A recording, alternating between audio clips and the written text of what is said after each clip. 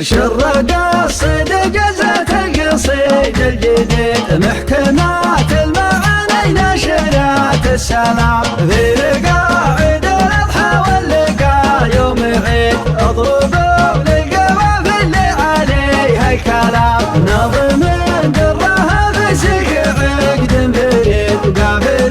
دونها مفتاح باب الظلام عاد شفي مع البدوان نار شديد صبقا انت غشها النفال والخجام كالنعيل نشاف عنهم من بعيد المفارش بالضحي والمساكن خيام وعاد شفي من الجبلة من تقجد بنت بعد وسترها الدين قبل الليلام زين طبع ملامح قد ما قوشتت والخصر تحسب انه ما يذوق الطعام لا تخطى تقال كان هيام شي بقيت والعمر حسبي الله لا جلس واستقام بنت حر وحفيدت كل قرب وعقيد من بني عمنا والجد من صلب يام ارفع الصوت يا محسن وهاك المزيد خلنا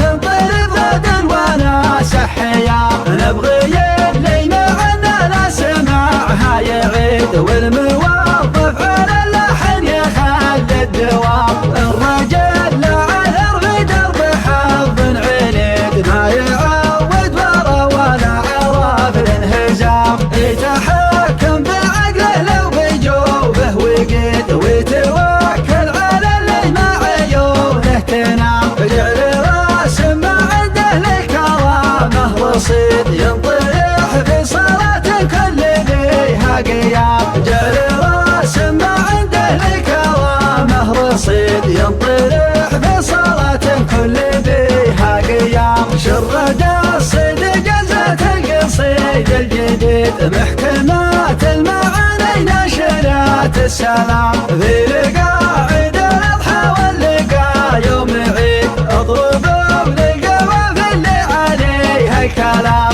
نظم درها فسق عقد فريد وقافل دونها مفتاح باب الملام عاد شفي مع البدوان نار شديد صبقا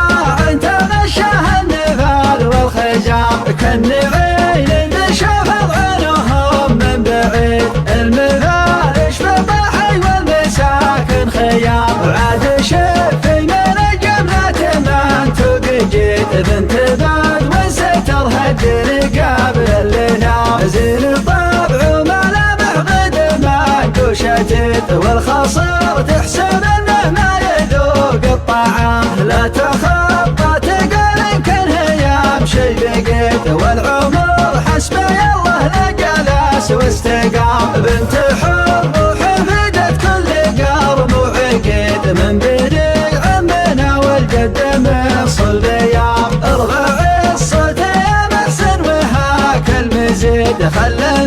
ننطلب غدا وناس حيام نبغي اللي معنا لا سمعها يعيد والموظف على اللحن يخلي الدوام الرجل لا عذر في درب حظ عنيد ما يعود ورا ولا عرف الانهزام يتحكم بعقله لو بجوفه وقيد ويتوكل على اللي مع عيونه تنام جعل راس ما عنده للكرامه رصيد ينطق